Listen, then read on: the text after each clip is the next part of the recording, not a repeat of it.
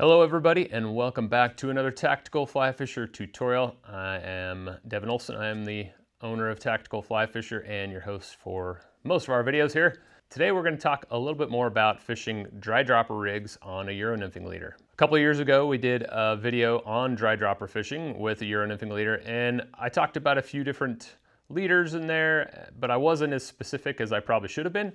And we've had some questions about different leaders, when I would use each of those leaders, and what would be the point or the benefits and the drawbacks of each of them.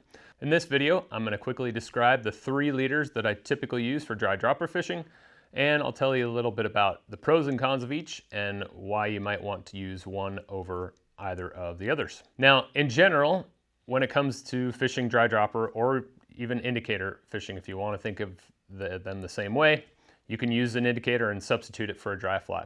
But the main reason I fish dry dropper over indicators in a lot of situations are threefold. First, I can't fish indicators in competition, so I'm sort of limited to fishing dries as my indicators. But also, the dry allows me to catch fish on the dry fly, which is nice. Who doesn't love seeing a fish eat a dry fly?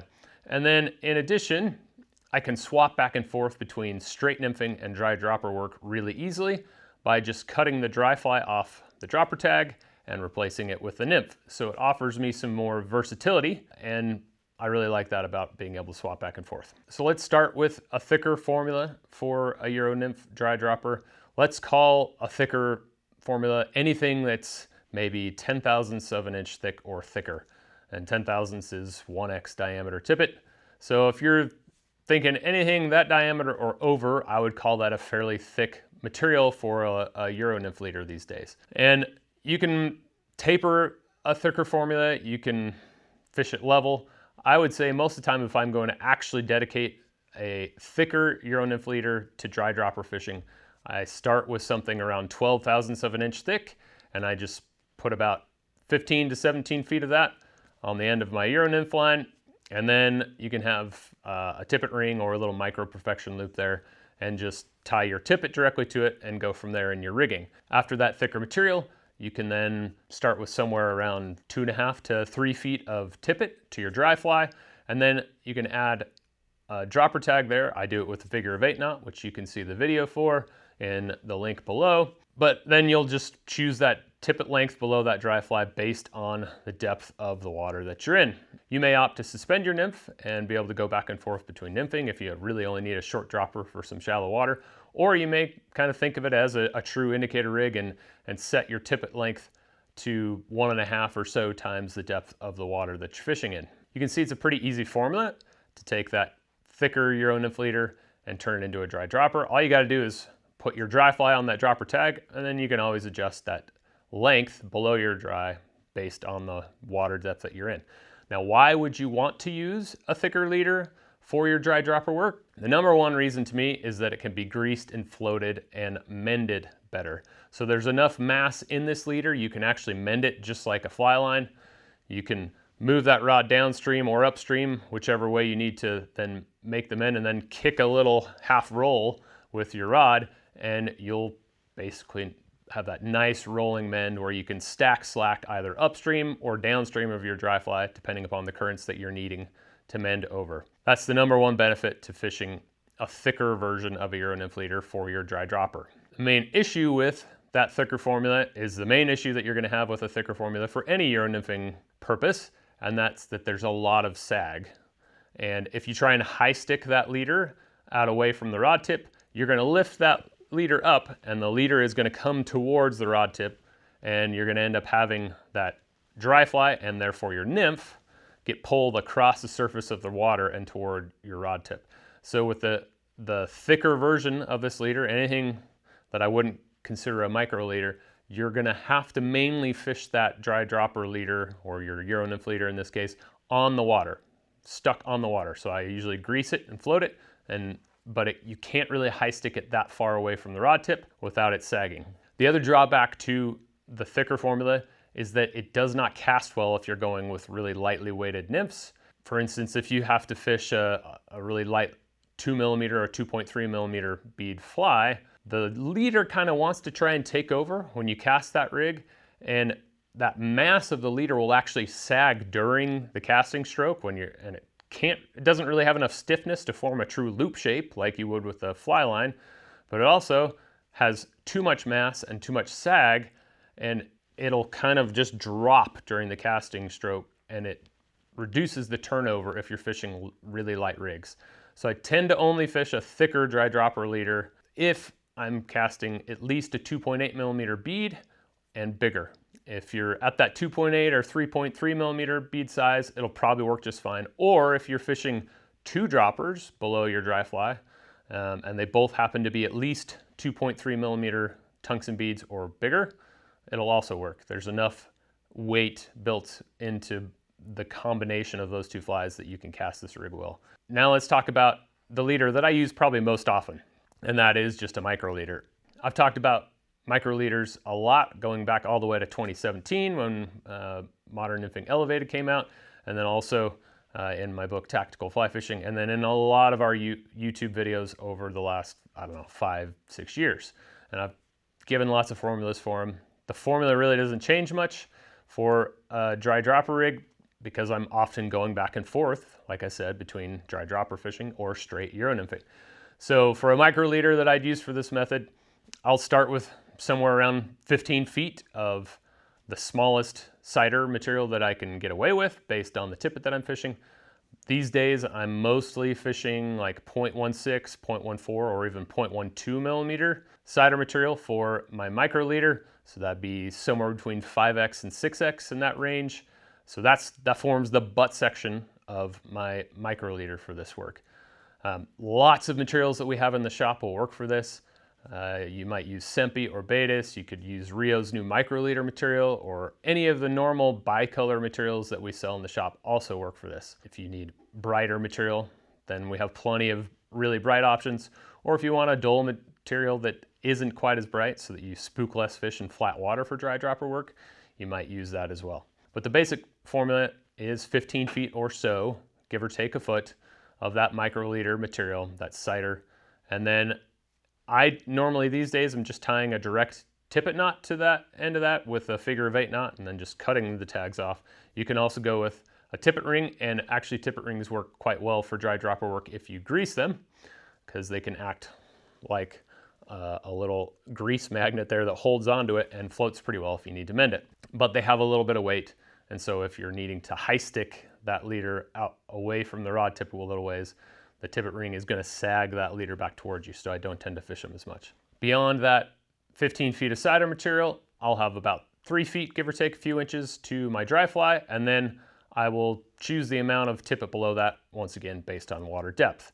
But if I happen to be using the leader mainly as just a back and forth between straight dry dropper and straight nymphing, then I'm just taking my flies and putting them about 20 inches apart to begin with if they're hanging vertically, and I swap that dry in and out. If I know I'm going to be fishing deeper water than what that 20 inches of tippet below the dry fly allows, then I normally, especially in a competition session, I'll bring an extra rod that's dedicated to dry dropper work that has more tippet below that dry fly so I can fish deeper water. Now, one question I get asked a lot is what length of dropper tag that I'll use for fishing to the dry fly. If you have a long dropper tag, then the nymph not only has to sink until it pulls the dropper tag knot underwater, but it has to continue sinking until there's tension on that dropper tag that sits the dry fly usually pretty vertically in the surface film. That's oftentimes how you can tell whether your nymph has gotten to the appropriate depth. When your dry fly pops up, you show that it shows that it has tension on it, and then it slows down slower than the current that it's in. Then you kind of know that it's fishing like a true strike indicator at that point, and it's going to give you good strike detection when you have that tension.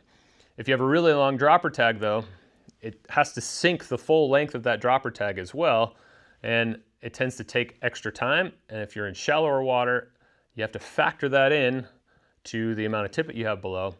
And those longer dropper tags also tend to result in more tangles. So if you have a dry dropper rig that you are dedicating only to dry dropper, make that dropper tag around 4 inches long or shorter. If you're going back and forth between dry dropper and nymphing, then I'd start with a dropper tag that's probably closer to 6 or 8 inches so that you can change the fly a few times before you run out of dropper tag. Also, I don't tie my dry dropper rigs going to the bend of the hook or to the eye of the fly for the piece of tippet coming from my nymph. I find that that piece of tippet really blocks hookups. If fish are trying to take the fly, that tippet coming from the nymph is going to block that fish's mouth and make it so that you don't get as good a hookup rate. That tippet will get pushed out of the way as a fish goes to rise over the dry fly, and you can end up flossing or just missing a lot of fish that eat your dry fly if you're rigging that way, especially with smaller fish. So even when I'm not fishing in competitions, I prefer to put my dry fly on a dropper tag, mainly because I just get better hookup rates on that dry fly. So what's the benefit to fishing the micro leader? The main benefit to fishing the micro leader, number one, I'm going to pretty much always fish a micro leader for my nymphing. So if I want to go back and forth, I don't like to have multiple leaders that I constantly am switching in and out. The only way I'm going to fish that thicker leader is if I dedicate a rod to it. So I tend to like to fish the micro leader because it's more versatile for me, and I can switch back and forth between streamers, nymphs, and dry dropper pretty easily with just a fly change or two, or maybe a tippet change if I really need some thicker tippet for streamer work. But also, the main benefit to the micro leader is that it casts better with lighter flies as long as you keep your dry fly aerodynamic. So if you need to fish a 2 or a 2.3 millimeter bead fly, you can go to a really light micro leader and there won't be enough mass in the leader to affect your casting stroke. And then you need to pair that really light nymph though with something like a really small aerodynamic CDC midge or CDC wing Betis or blue wing olive dry fly. If you get a bunch of hackle, bunch of hair, bunch of yarn that catches a lot of wind, then those light rigs don't cast well regardless of the leader that you're using. So with that micro leader, be cognizant that it will cast well with light flies as long as you manage the aerodynamics of the dry fly that you're casting along with that nymph. The other main benefit to the micro leader is that you can high stick it much better at distance. So because there's so much less mass in the leader, you can make a cast and park that dry dropper a ways away from the rod and lift that leader off the water. And as long as you haven't gone too far away or there's not much wind, you can hover that leader above the water and just have a few inches of tippet above the dry fly on the surface and you'll get a good drift. But if you were to try and do that with that thicker leader, once again, then that rig sags back towards the rod tip and it kills your drift. On the flip side, the main drawback to fishing a micro leader is, number one, it can be tangle prone if you're not used to casting it. But if you look back at the micro leader tip casting video that we did a few months ago, I'll link it down below once again. That casting video will really help you learn how to cast your micro leaders.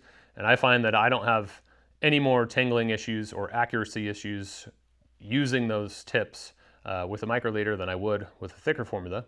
In addition to maybe a few more tangles if you're not used to it though, the main drawback is mending. There is no mass really to roll a mend up a micro leader. And so in order to mend a micro leader, if you need to put it on the water, you basically just have to lift the rod tip, put it upstream or downstream of the dry fly and lay the tippet back down. Now that's not that big of an issue if it's calm outside, but if you have a windy day and you're basically having to make that mend into a headwind, that operation gets a little more difficult because you don't have that mass once again to kind of kick a little half roll cast that becomes your mend into that wind. So micro leaders are great for high sticking, less good for mending. The last leader that I will tend to do dry dropper work with is just a standard commercial tapered leader. When do I use a leader like that? It's usually if I need to do dry dropper work at 30 feet or longer. So maybe I'm down fishing in New Zealand, for example, and I'm having to stay a lot further away from the fish. Or maybe I come to a really flat piece of water and I can't approach fish without kicking a bunch of waves into the water that's going to spook them.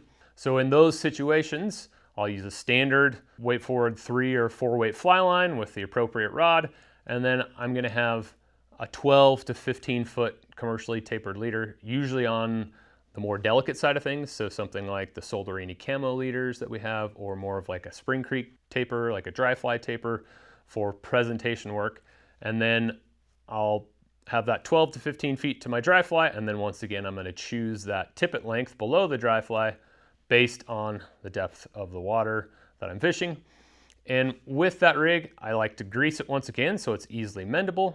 And if I don't like the casting properties of that leader, then I add or subtract tip it until I get the casting properties that I want. I normally, with a leader like that, I want it to be fairly delicate, but still have control of the turnover. And so I also might need to add or subtract tip it to get that turnover that might change based on the weight of the nymph that I'm fishing. You might need to go shorter with a heavier nymph, or you might be able to go longer if you have a fairly lightweight nymph. Basically, you need to do a little bit of experimentation if you're fishing a standard tapered leader like that, based on your own casting abilities and your casting stroke. Look at the turnover that you're getting, whether you're accurate, whether you're delicate enough to not spook fish at distance. And if you are struggling with that accuracy or that delicacy, you may add or subtract that tippet above your dry fly until you get those casting properties that you want. But there you go. Those are the 3 leaders that I tend to dry dropper with. I would say the bulk of my dry dropper fishing is probably done with that micro leader, because most of the time I want a more versatile situation or more versatile rig. And most of the time I can probably get within 25 to 30 feet of the fish that I'm fishing to. And at that range, I can fish a micro leader pretty well. The rest of the time, I may need that thicker leader every so often if I know I'm going to be fishing heavy nymphs and I want something that mends better, or I may need that commercial dry fly leader for long distance work. If I know I can't get closer than 30 feet, that's the system that I will reach for. If you like this video, give me a thumbs up, hit that thumbs up, and then please subscribe to the Tactical Fly Fisher channel and hit that notification bell. That way we will bug you on your phone the next time we post a video, which I have a follow-up dry dropper video where I actually go out and use the micro leader and switch back and forth between nymphs. I'm editing that right now, and it'll be the next one up in the queue probably within the next week or so. So if you don't want to miss that, subscribe to the channel. But the biggest thing you can do to support this channel and our store is to come on over to our store at tacticalflyfisher.com. We would really appreciate it. We thank you, those of you who are our customers, for being really supportive and keeping us in our jobs. Justin, Joe, and I really thank you for that. And we hope to be able to keep supporting you in the year to come. So thanks again. We'll see you soon in another dry dropper video.